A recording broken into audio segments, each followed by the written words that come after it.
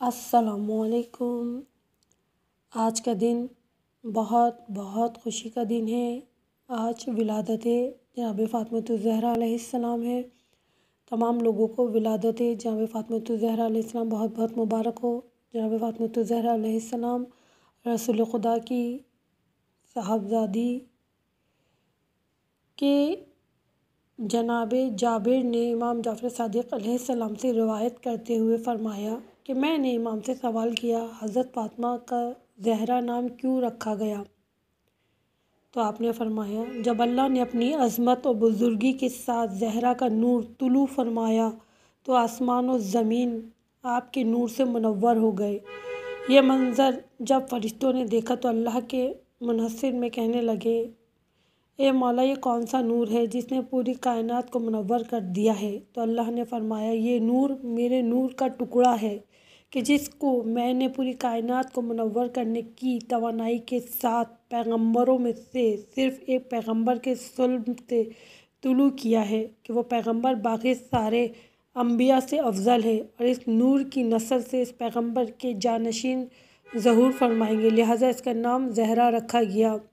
اور کہتے ہیں سورہ کوثر شان جناب فاطمۃ الزہرا ہے کہ پروردگار عالم نے رسول خدا کو کثیر اولاد عطا فرمائی، اور وہ کثیر اولاد جناب فاطمۃ الزہرا علیہ السلام کے بطن سے ہے کہ آج بھی جناب فاطمۃ الزہرا کی اولاد میں سے ہمارے وقت کے امام زمان علیہ السلام اس دنیا میں موجود ہیں، ہماری رہنمائی، ہماری ہدایت کرنے کے لیے۔ آج کے دن کو مدرس ڈے بھی کہا جاتا ہے۔ بس ہم دعا کرتے ہیں، بار الہ آج کے دن کا تجھے واسطہ، جناب فاطمۃ الزہرا کا تجھے واسطہ، اس فاطمۃ الزہرا کا واسطہ جسے تو نے تمام کائنات کی عورتوں کی سردار بنا کر بھیجا۔ پروردگار جو بے پریشان ہے اس کی پریشانی دور کر دے۔ بار الہ جو بے اولاد ہے ان کو اولاد عطا فرما دے، جو مفلس ہے پروردگار اس کی مفلسی دور کر دے۔ بار الہ جو بے روزگار ہے ان کو رزق عطا فرما دے، جو بیمار ہے پروردگار جو فاطمۃ الزہرا علیہ السلام کا واسطہ ان کو شفا عطا فرما دے۔